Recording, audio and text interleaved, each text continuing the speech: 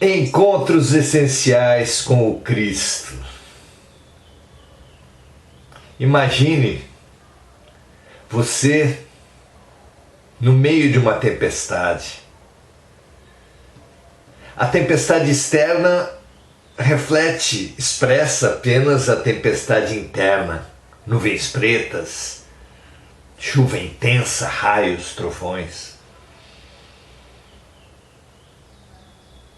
Mas, no meio daquela chuva, daquela tempestade, onde você está num barco com amigos e todos estão desesperados. Mas no meio do desespero, você é aquele que lembra do amigo maior. Olha só. Lembra do amigo maior que está dormindo no fundo do barco. No meio da tempestade, ondas, raios, chuva, trovões. Como pode? E você toma a decisão correta. Vou acordar o Cristo em mim. Que beleza, que alívio, que paz. Ele acorda, ele levanta, ele vai para frente do barco e repreende a tempestade, as ondas, a chuva. E tudo se acalma na hora.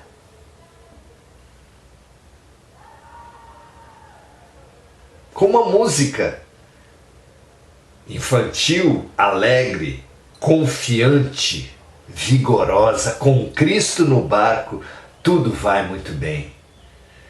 Com Cristo no barco, tudo vai muito bem. Vai muito bem. Vai muito bem, com Cristo no barco tudo vai muito bem. E passa o temporal. Passa o temporal. Passa o temporal. Com Cristo no barco tudo vai muito bem. E passa o temporal.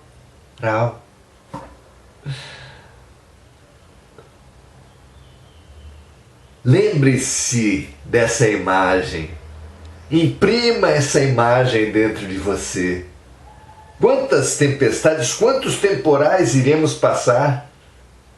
O que fazer no meio do temporal? Desespero? Correr de um lado para o outro, trombar com os amigos? Cair no mar? Tomar-se pelo pavor, pelo medo? O medo é o instrumento de quem quer afundar o barco. É com medo que as pessoas ficam de pé, trombam, tomam decisões erradas, afundam o barco. Afundam com o barco. E ao contrário do que supõe a humanidade, a solução do medo, a cura do medo não é a coragem, mas é a fé. Não a fé ritualística, a fé das religiões, mas a fé real. A fé que se lembra que nós trazemos um Cristo em nós. A única coisa sadia é lembrar-se do Cristo que dorme no fundo do barco e acordá-lo. Por quê? Com Cristo no barco, tudo vai muito bem. Está longe esse Cristo de ser o líder de uma religião. Imagina. Cristo não seria cristão, obviamente. Como Buda não seria budista. A acordar o Cristo, não acordar o cristianismo. Porque o Cristo é o caminho, o Cristo é a verdade, o Cristo é a vida. Ninguém vai a Deus se não for através do Cristo. Mas não o Cristo religioso, o Cristo no que ele simboliza, Deus no que ele simboliza. O amor. O amor é o caminho, o amor é a verdade, o amor é a vida. Ninguém vai a Deus, que é o amor, se não for pelo Cristo, que é amor. Assim seja. Muito boa tarde para você, meu amigo, minha amiga. Estamos começando o encontro com o Cristo, que marca o fim do Sermão do Monte. É o 47º. O 47º encontro com o Cristo, que marca o fim do Sermão do Monte, porque o curso Encontros com o Cristo teve até agora, portanto, 47 encontros sobre o Sermão do Monte. A partir do próximo encontro, vamos trabalhar o eixo central, o valor central da existência, a finalidade da existência, segundo Jesus, para fechar o nosso curso com o Pai Nosso. Você é nosso convidado. Seja muito bem-vindo. Entre a qualquer momento, se quiser, e nós queremos que você faça isso, percorrer os encontros anteriores, vá lá no nosso canal do YouTube. Digite o nosso nome lá, Maurício Zomignani, e ali você vai ter uma playlist com os encontros essenciais com o Cristo. Hoje nós viemos falar sobre um tema fundamental: o poder. Por que é tão importante o poder? Como o poder pode ser um tema religioso? O poder não é uma coisa das sombras? Não é uma coisa demoníaca? Não é uma coisa terrível? É pensando assim, é abrindo mão do poder, que nós somos manipulados. Os manipuladores querem que nós demonizemos o poder. Tem uma frase linda que fala, por exemplo, que o maior castigo de quem não gosta de política é ser governado por quem gosta. E esse é o raciocínio das sombras. É isso que está acontecendo agora. Parafraseando, generalizando, nós podemos dizer que o maior castigo de quem demoniza o poder é ser governado por quem o idolatra.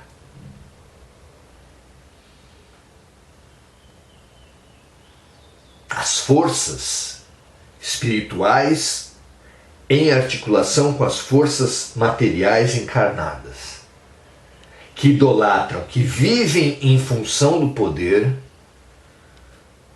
querem exatamente que nós demonizemos o poder e abramos mão dele. Ah, mas então o que devemos fazer? Devemos disputar o poder como todos? Fundar partidos, comprar armas, montar estratégias, fraternidades, maçonarias para conquistar o poder? Claro que não. A mudança não se dá por mais e mais do mesmo. Loucura é fazer as mesmas coisas e esperar resultados diferentes. Não. Jamais superaremos uma guerra fazendo mais guerra.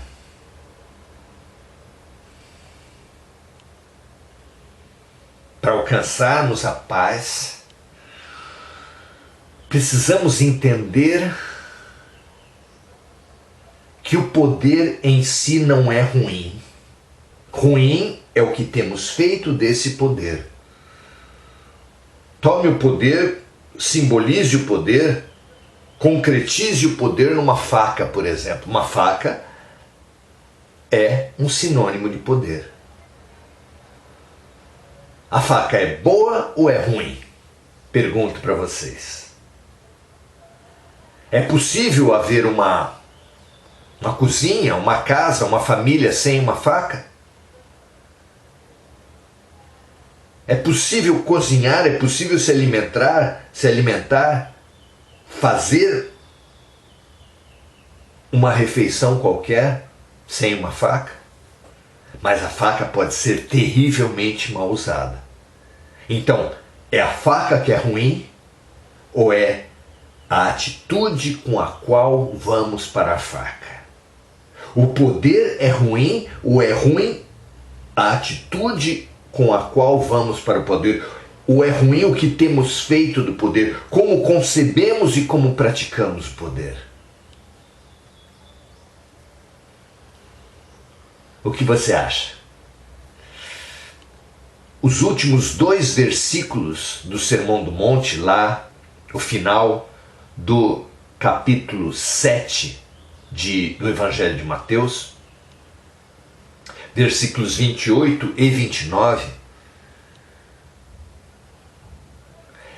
é o fechamento do Sermão do Monte e diz assim, versículo 28, e aconteceu que, concluindo Jesus esse discurso, a multidão se admirou da sua doutrina, porquanto os ensinava como tendo autoridade, e não como os escribas.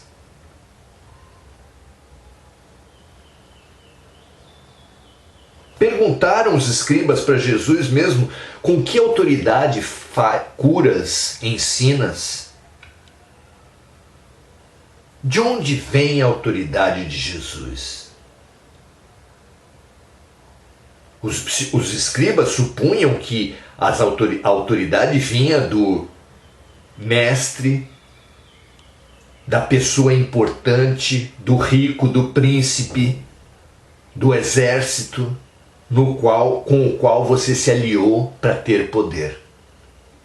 Esse é o poder do mundo. Ele vem das armas, do dinheiro, das articulações, das conspirações.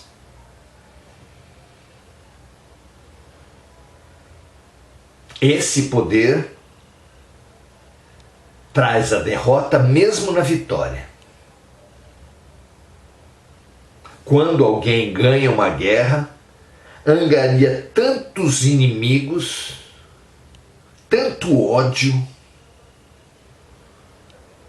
que aquilo vai representar uma longa, profunda e terrível derrota, não só para os próximos anos, mas para as próximas vidas. Ou seja, ninguém ganha uma guerra. A única exceção para ganhar uma guerra de verdade seriam as raríssimas nobres almas que arriscam-se numa guerra para salvar vidas, para preservar vidas, para conquistar a paz. Mahatma Gandhi vivia uma guerra em potencial que faria certamente milhões de vítimas. A Índia, superpovoada, era colônia do Império Britânico, o maior império da Terra naquele tempo. E esse choque do país mais populoso com o maior império da Terra certamente levaria a milhões de mortes.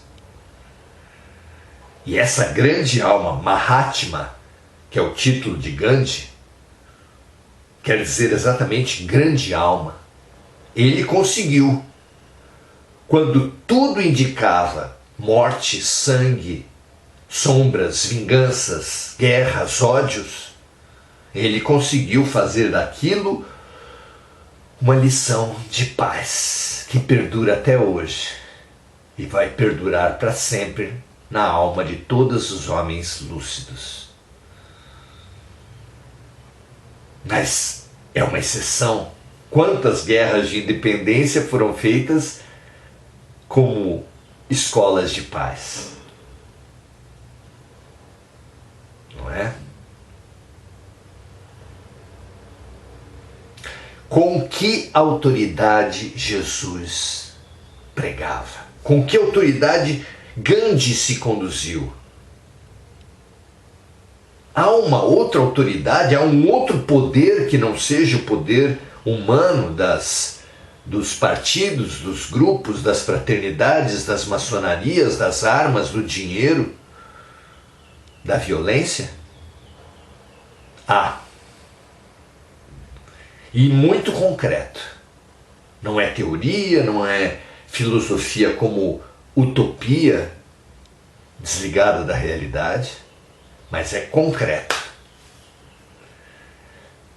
Se você perguntasse, e principalmente se um bebê pudesse responder qual é a pessoa mais importante da Terra, quem seria? O presidente dos Estados Unidos? O presidente da China? O presidente da Rússia? O empresário mais rico, segundo a revista Forbes? O ídolo com mais seguidores? O influencer? Quem é a pessoa mais poderosa da Terra? Para um bebê. Se ele soubesse, ele responderia, claro. Se ele soubesse falar, ele responderia: minha mamãe. Quando você estiver em qualquer situação crítica da sua vida,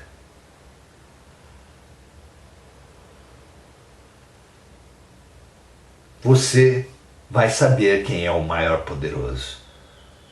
É muito comum que as pessoas, quando tomam a decisão mais louca possível, que é a decisão do suicídio, e se atiram de um prédio, quando vem a inevitabilidade da morte, elas gritam: mãe! Nada há mais poderoso que o amor. Nada. Em qualquer momento crítico que alguém realmente passar, vai lembrar do amor.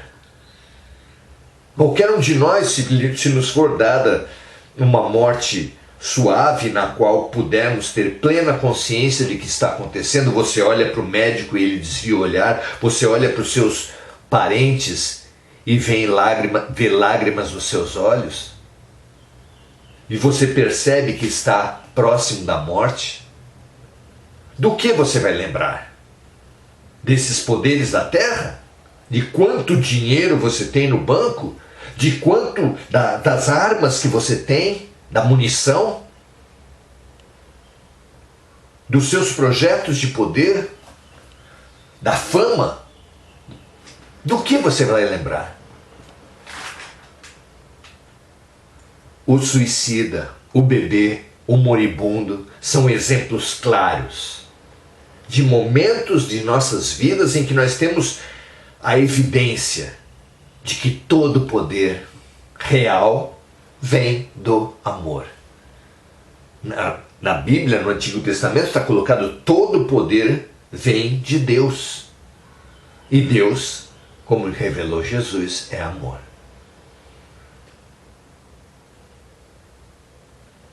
Com que autoridade Jesus pregava? Se o que ele falava era ouvido por multidões, as mesmas multidões que destroçariam as outras autoridades, se pudessem, idolatravam Jesus. De onde vinha a autoridade de Jesus? Das lições que ele dava? Sim. Das curas que ele fazia? Sim. mas da atitude com a qual ele embebia as lições e as curas. O poder de Jesus vinha de Deus, o poder de Jesus vinha do amor. E como ele disse, nós faremos tudo o que ele fez e mais, porque nós também somos deuses. O que você acha disso? Nem os loucos mais loucos do hospício vão falar que são deuses. Pois Jesus disse, confirmando o profeta, que nós somos deuses. E como todo poder vem de Deus, e como Deus é amor, todo poder vem do amor. Nós temos, não fora apenas, mas dentro de nós, fora de nós temos lá a porta larga, pela qual a maioria passa, e a porta estreita, que quase ninguém vê, quase ninguém busca. Mas dentro de nós, há um homem velho e um homem novo, um ego e um self, um eu menor e um eu maior, uma aparência e uma essência.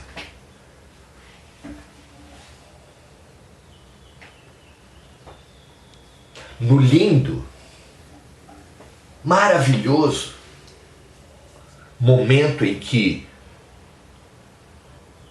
os inimigos da luz, os escribas e fariseus, já incomodados com João Batista, passaram a se incomodar também com Jesus ao início da sua pregação. Eles descobriram uma maneira de acabar com os dois inimigos, João Batista e Jesus, sem sujar as mãos. Como fariam isso? Jogariam João Batista contra Jesus.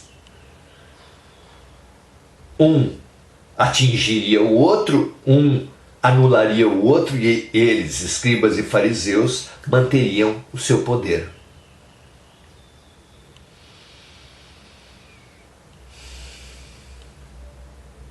Foram até João Batista e falaram: João, sabe aquele a quem você batizou? Está juntando mais, a pregação dele está juntando mais gente que a sua. Olha que ardil, olha que inteligência, pessimamente usada, mas que inteligência. Mas olha que inteligência de João Batista, que lhes respondeu: é preciso que eu diminua e que ele cresça.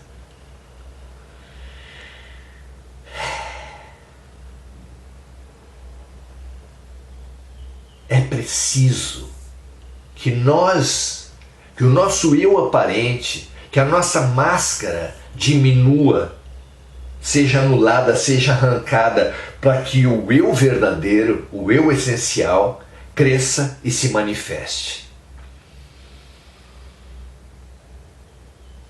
Em termos de poder, como podemos entender isso? Você vai no dicionário e vê duas linhas de significado para a palavra poder. Um é o poder substantivo, o poder, que é esse poder que as pessoas, que as fraternidades, que os partidos, que as ideologias, que os cônjuges, que os irmãos, que os colegas de classe disputam encarniçadamente, gerando bullying, violência, mágoas, ódios, culpas, gerando sombras. Esse é o poder das sombras, o poder que realmente não pode ser mais buscado por qualquer um que queira fazer a sua transição daquele que precisa diminuir para que o eu verdadeiro cresça. Mas há um outro poder, uma outra linha de significado da palavra poder que precisa ser conhecida, ressaltada e nutrida, que é o poder verbo. O poder substantivo é o poder troféu, é o poder a ser conquistado, é o poder que nos exalta pela humilhação do outro. É o poder das sombras. Mas há um poder da luz, que é um poder verbo. No início era o verbo. O poder verbo é o poder ajudar, o poder servir, o poder ouvir, o poder acolher, acarinhar, poder solidarizar-se, poder empatizar, o poder servir. Esse é o poder da luz. Esse é o poder de Jesus. Esse é o poder do amor.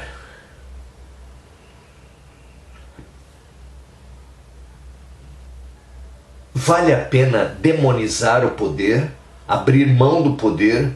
Abrir mão do poder é abrir mão da realização, do agir, do ser. Vale a pena fazer isso e deixar que outros assumam a direção da sua vida? Os obsessores, encarnados e desencarnados? Claro que não.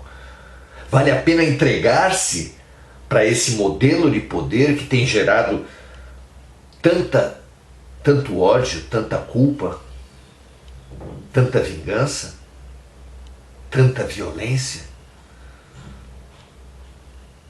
Claro que não.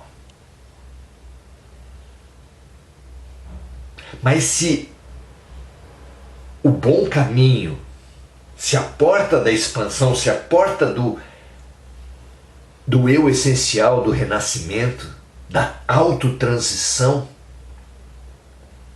não está nem na negação do poder, nem da idolatria do poder, nem demonizar, nem endeusar o poder. Qual é esse poder legítimo, vigoroso, salvador?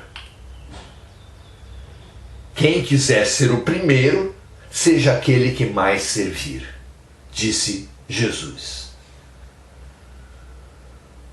É para essa reprogramação que precisamos todos nos direcionar. Nesse fechamento de Sermão do Monte, é essa imagem poderosa que o Alto nos intuiu a compartilhar. E que nós pedimos a vocês que compartilhem também. Lutemos todos pelo poder. Não uns contra os outros, mas nutrindo o melhor de nós, fortalecendo o melhor de nós para servir. O poder ensinar, o poder curar, o poder ajudar, o poder servir. É isso que nos está sendo pedido nesse momento. É essa a porta estreita. É esse o meio de expansão que nos liberta do egoísmo, que faz o mundo estreito, pequeno, mesquinho,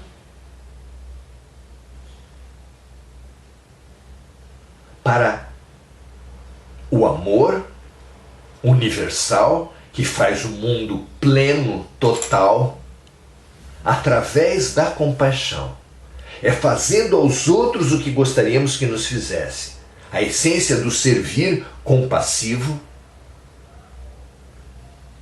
que expandiremos-nos. Quando um homem se coloca no lugar da mulher, aprende, expande o seu universo com as enormes contribuições do universo feminino. Quando um pobre se coloca no lugar de um rico, ele expande o seu universo com as contribuições, com a riqueza do universo dos ricos. E assim os brasileiros em relação aos japoneses, os católicos em relação aos evangélicos. Todas as fragmentações são ilusões, são cadeias que nos prendem. E a libertação está no serviço empático, em colocarmos-nos no lugar dos outros, em fazermos aos outros o que gostaríamos que os outros nos fizessem. Esse é o poder servir, é a alegria da vida, é o poder ser útil, que dá uma alegria de alma, uma realização única. Dirijamos-nos todos pela alegria de ser úteis. Alegria de sermos úteis. Sem pretensões maiores. Amanhã, hoje, antes de dormir, faça uma oração e peça para ser útil. Amanhã, ao acordar, peça ao seu anjo da guarda uma ajuda para ver as oportunidades de ser útil, de colocar-se no lugar dos outros, de servir. Pois esse é o sentido da vida. Que esse poder seja o foco de todos nós. Não uns contra os outros, mas uns pelos outros. Porque eu me aproximarei do poder de Jesus, do poder do amor, servindo e aprendendo a amar. Cada vez mais gente, cada vez em mais profundidade.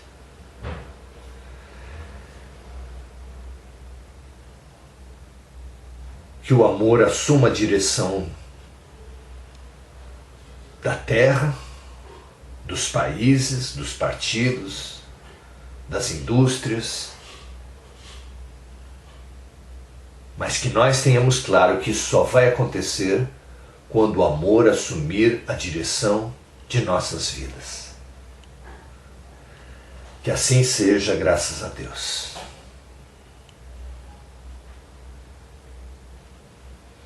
Então agora, espalhemos essa ideia. Forjemos dentro de nós uma imagem mental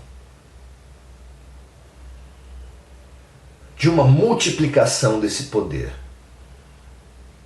Como se pudesse cada um de nós libertar pombas do seu coração, pombas brancas, pombas vigorosas, pombas especiais, pombas lúcidas.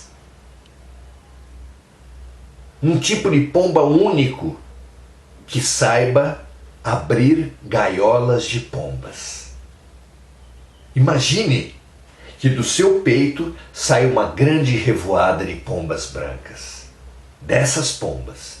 Que do peito de cada um de nós, aqui reunidos, saiam revoadas de pombas brancas. E que cada uma dessas pombas brancas, dessas múltiplas revoadas, dirija-se até gaiolas de pombas e abra, liberando mais pombas brancas. E mais pombas brancas. E mais pombas brancas. Espalhando por toda a terra o serviço compassivo. O fazer aos outros o que os outros gostariam que nós fizéssemos. A libertação do Cristo em nós. O despertar do Cristo em nós. Único capaz de acalmar todas as tempestades de agora e todas as tempestades que estão por vir. Que assim seja, graças a Deus. Que ótima maneira de terminar o Sermão do Monte. Muito bom, muito feliz por estar junto com vocês. E agora, primeira etapa dos nossos encontros essenciais é sempre essa reflexão que nós fizemos na primeira meia hora. A segunda etapa é sempre essa prestação de serviço que nós acabamos de fazer nesse segundo momento, nessa oração, nessa imagem de transbordamento de paz, com as nossas pombas lúcidas, brancas e amorosas. E agora saudemo-nos, os libertadores de pombas, uns aos outros. Muito boa noite, Gugu Souza, que traz sempre sua gratidão e diz: o amor é uma força poderosa que permeia o universo. Essa força poderosa está se convertendo dentro de nossas vidas como uma corrente de mar profundo. Linda imagem, Gugu. Muito obrigado. Enir Cajazeira, muito boa noite. Andréa Santos, Maria José Sobral, Vera Bezerra de Souza, Magal de Marra, Anne Lix. Magal de Marra, minha amiga, que essas pombas libertadoras de pombas façam sentido, especialmente na sua vida, nesse momento que você está passando. Muito felizes por todo esse compartilhamento, essa multiplicação de pães, essa multiplicação de pombas, essa multiplicação de paz, essa multiplicação de serviço, essa multiplicação de amor. Muito feliz. Muito bom vivermos isso juntos. Que essas imagens da tempestade que faz a lucidez lembrar-se do Cristo e acordá-lo, que essas imagens da libertação do eu essencial na forma de pombas que libertam outras pombas, fiquem em nossas almas e sejam usadas, mobilizadas em todos os momentos importantes, tensos e definidores que cada um de nós vai passar. Muito prazer, muita honra de estar com vocês e, como eu falei no início, lembrando a todos vocês que,